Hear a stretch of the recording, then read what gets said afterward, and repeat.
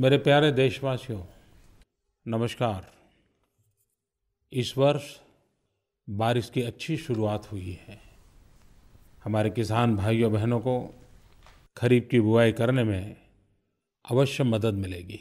और एक खुशी की बात मेरे ध्यान में आएगी और मुझे बड़ा आनंद हुआ। हमारे देश में दलहन की और तिलहन की, पल्सेस की और ऑयल सीड्स की बहुत कमी रहती है। गरीब को दलहन चाहिए, खाने के लिए सब्जी वगैरह में थोड़ा तेल भी चाहिए। मेरे लिए खुशी की बात है कि इस बार जो बुवाई हुई है उसमें दलहन में करीब-करीब 50% वृद्धि हुई है और तिलहन में करीब-करीब 33% वृद्धि हुई है। मेरे किसान भाई बहनों को इसलिए सविशेष बधाई देता हूँ, उनका बहुत अभिनंदन करता हूँ। मेरे प्यारे देशवासियों, 26 जुलाई हमारे देश के इतिहास में कारगिल विजय दिवस के रूप में अंकित है। देश के किसान का नाता जमीन से जितना है उतना ही देश के जवान का भी है। कारगिल युद्ध में हमारा एक एक जवान 100-100 दुश्मनों पर भारी पड़ा। अपने प्राणों की परवाह न करके दुश्मनों की कोशिशों को नाकाम करने वाले उन वीर सैनिकों को शत-शत नमन करता हूँ। कारगिल का युद्ध केवल सीमाओं पर नहीं लड़ा गया।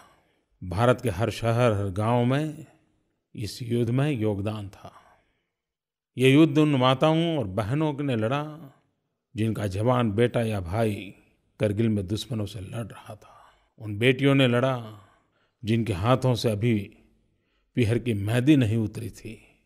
पिता ने लड़ा कि अपने जवान बेटों को देखकर खुद को जवान महसूस करता था, और उस बेटे ने लड़ा जिसने अभी अपने पिता की उंगली पकड़कर चलना भी नहीं सीखा था।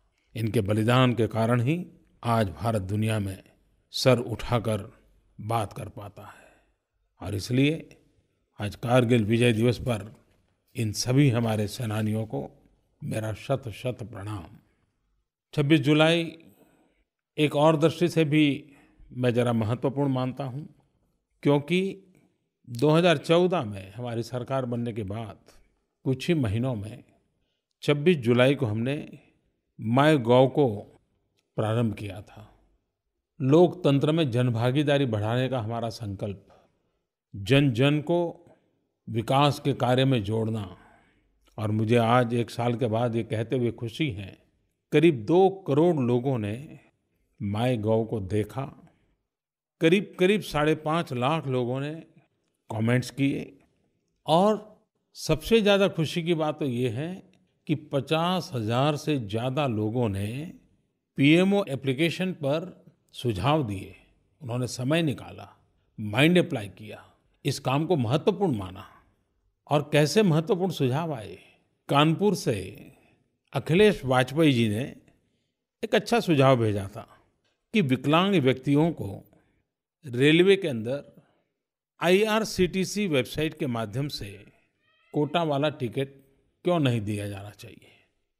अगर विकलांग को भी टिकट पाने के लिए वही कठिनाइयाँ झेलनी पड़े, कितना उचित है।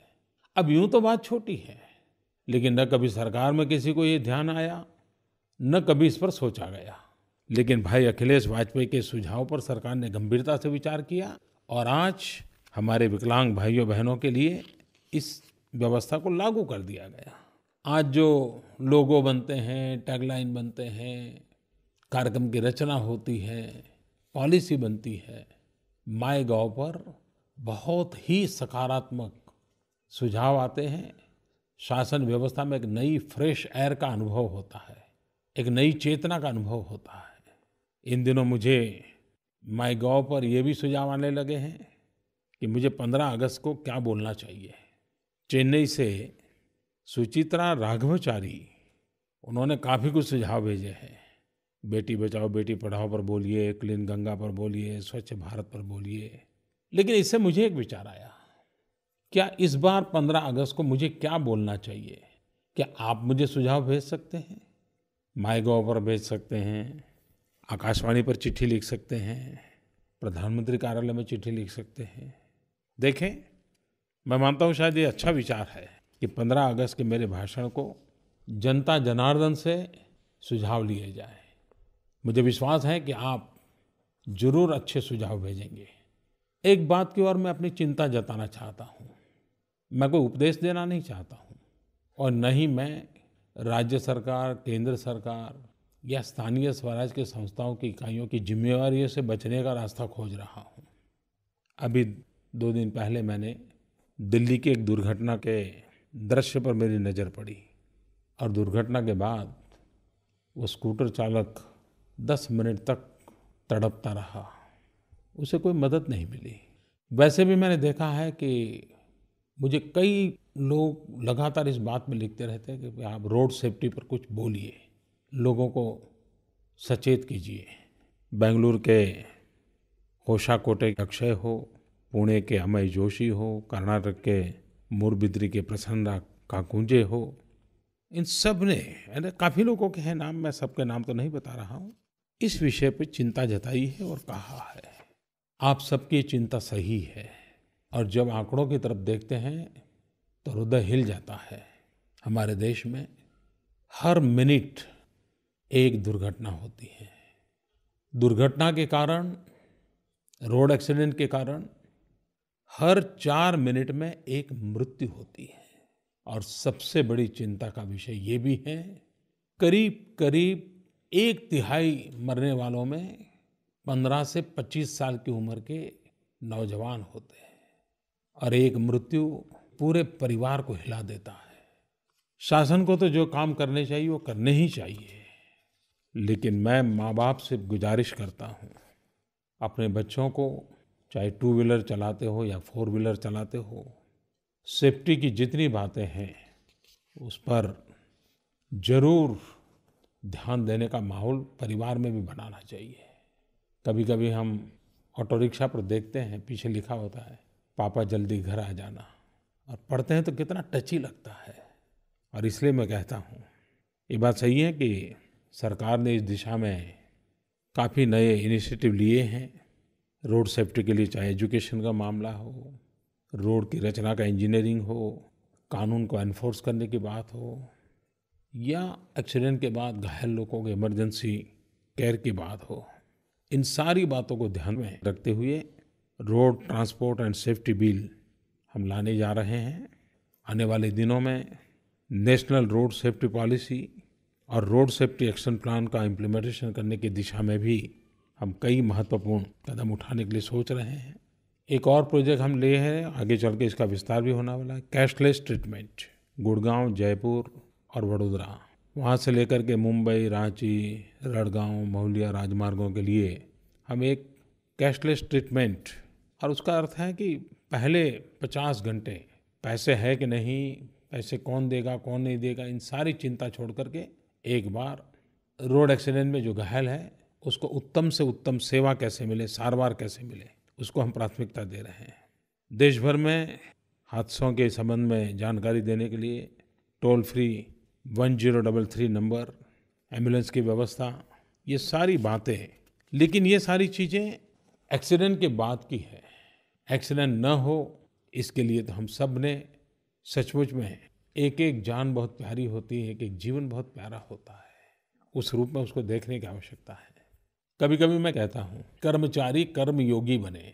पिछले दिनों कुछ घटनाएं मेरे ध्यान में आई, मुझे अच्छा लगा कि मैं आपसे बात करूँ। कभी-कभार नौकरी करते-करते इंसान थक जाता है और कुछ सालों के बाद तो ठीक है, तनख्वाह मिल जाता है, काम कर लेंगे, यही भाव होता है। लेकिन मुझे पिछले दिनों रेलवे के कर्मचारी के विषय में जानकारी मिली।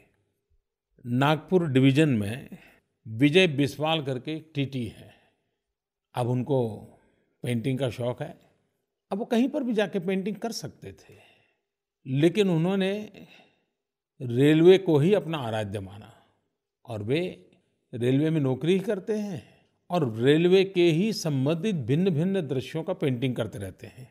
उनको एक आनंद भी मिलता है और उस काम के अंदर इतनी रुचि बढ़ जाती है।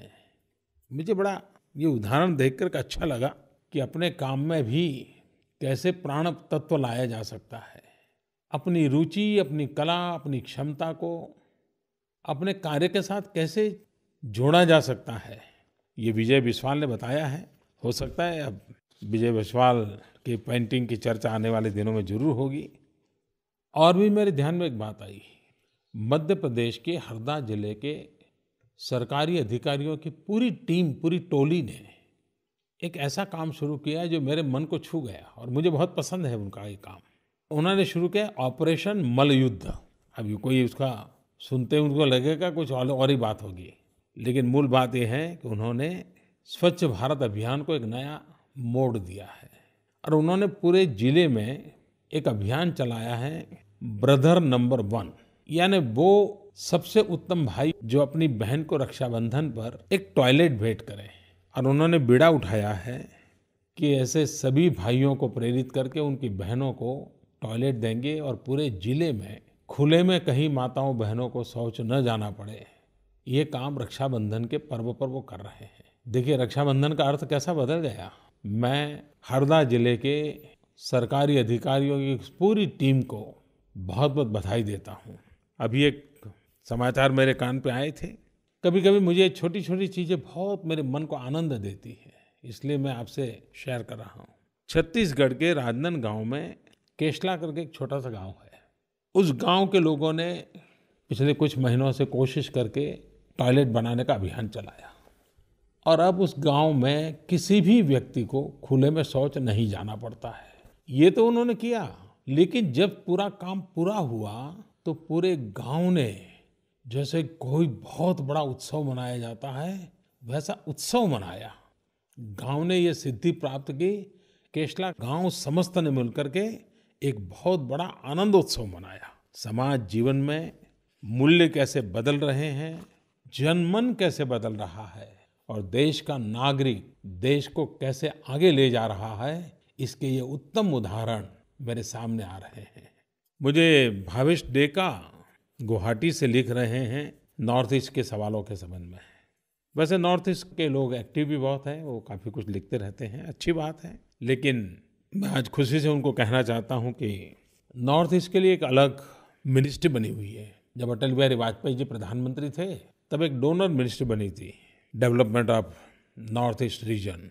हमारी सरकार बनने के बाद हमारे डोनर डिपार्टमेंट में एक बड़ा महत्वपूर्ण निर्णय किया है कि क्या नॉर्थ ईस्ट का भला दिल्ली में बैठ करके हो जाएगा क्या। और सबने मिलकर के तय किया कि भारत सरकार के अधिकारियों की टीम नॉर्थ ईस्ट के उन राज्यों में जाएगी, नागालैंड हो, मणिपुर हो, अरुणाचल हो, त्रिपुरा हो, असम हो, सिक्किम हो, और 7 दिन वहाँ कैंप करेंगे, जिलों में जाएंगे, गांवों में जाएंगे, वहाँ के स्थानीय सरकार के अधिकारियों से मिलेंगे, जनप्रतिनिधियों से बातें करेंगे, नागरिकों से बातें करेंगे, समस्याओं को सुनेंगे, समस्याओं का समाधान करने की दिशा में भारत सरकार को जो करना है उसको भी करेंगे। ये प्रयास आने वाले दिनों में बहुत अच्छे परिणाम लाएगा और जो अधिकारी जाकर के आते हैं उनको भी लगता है कितना सुंदर प्रदेश, उतने अच्छे लोग, अब इस इलाके को विकसित करके ही रहना है, उनकी समस्याओं का समाधान करके ही रहना है, इस संकल्प के साथ लौटते हैं। तो दिल्ली आने के बाद भी अब उनको वहाँ की समस्याओं को समझना भी बहुत सरल हो गया है। तो एक अच्छा प्रयास, दिल्ली से दूर दूर पूरब तक जाने का प्रयास, जो मैं एक्ट ईस्ट पॉलिसी कह रहा हूँ ना, यही तो एक्ट है। मेरे प्यारे देशवासियों, हम सब इस बात के लिए गर्व करते हैं कि मार्स मिशन की सफलता का हमें आनंद होता है। अभी पिछले दिनों भारत ने PSLV C-28 ने यूके के 5 सैटेलाइट लॉन्च किए। भारत ने अब तक लॉन्च किए हुए ये सबसे ज्यादा हैवी वेट सैटेलाइट लॉन्च किए। ये खबरें ऐसी होती हैं कि कुछ पल के लिए आती हैं, चली जाती हैं, तो हमारा ध्यान नहीं जाता, लेकिन ये बहुत बड़ा अचीवमेंट है। लेकिन कभी कभी ये भी विचार आता है, आज हम युवा पीढ़ी से अगर बात करते हैं और उनको पूछें कि आप आगे क्या बनना चाहते हो, तो 100 में से बड़ी मुश्किल से एक आध कोई स्टूडेंट मिल जाएगा जो ये कहेगा कि मुझे साइंटिस्ट बनना है। साइंस के प्रति रुझान कम होना ये बहुत चिंता का विषय है। साइंस एंड टेक्नोलॉजी एक प्रकार से विकास का DNA है। हमारी नई पीढ़ी साइंटिस्ट बनने के सपने देखें, रिसर्च इनोवेशन में रुचि लें, उनको प्रोत्साहन मिले, उनकी क्षमताओं को जाना जाए, एक बहुत बड़ी आवश्यकता है। अभी भारत सरकार के मानव संसाधन मंत्रालय ने एक राष्ट्रीय आविष्कार अभियान शुरू किया है। हमारे राष्ट्र के पूर्व राष्ट्रपति डॉक्टर कलाम जी ने इसका आरंभ किया है।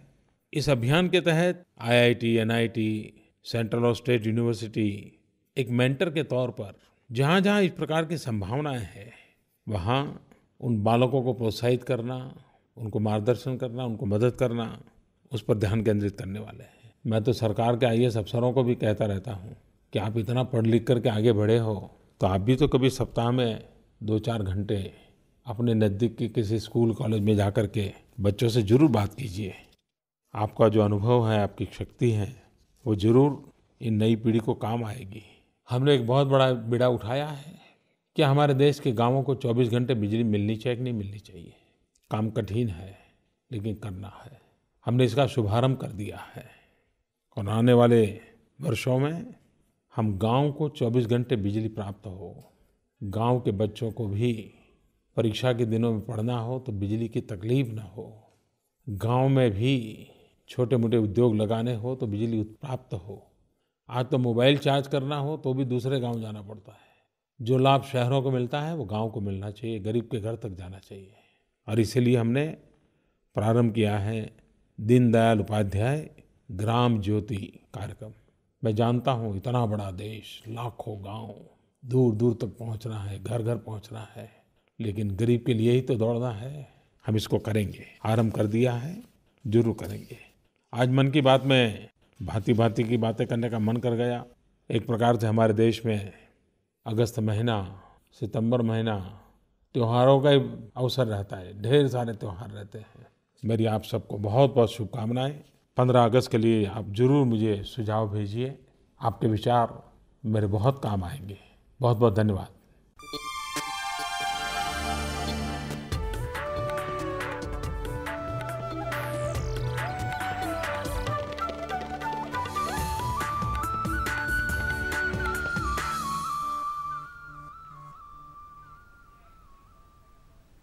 तो आप देख रहे थे प्रधानमंत्री नरेंद्र मोदी के मन की बात। और आज अपने मन की बात में प्रधानमंत्री ने बहुत से मुद्दे उठाए हैं, जिनमें किसान की भी बात की गई है तो सेना के जवान की भी बात की गई है।